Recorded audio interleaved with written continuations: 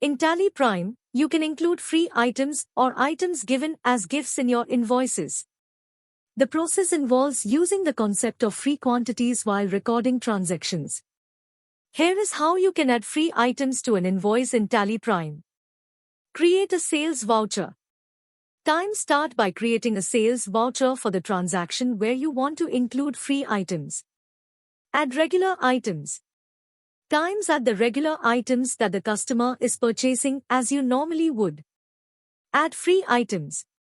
To include free items, you need to add them as line items in the invoice with a quantity of 0 but with a rate that represents their value, which is 0. Set 0 quantity and 0 amount. In the free item line, enter a quantity of 0. The amount should also be 0 since it's a gift or free item. Narration, optional.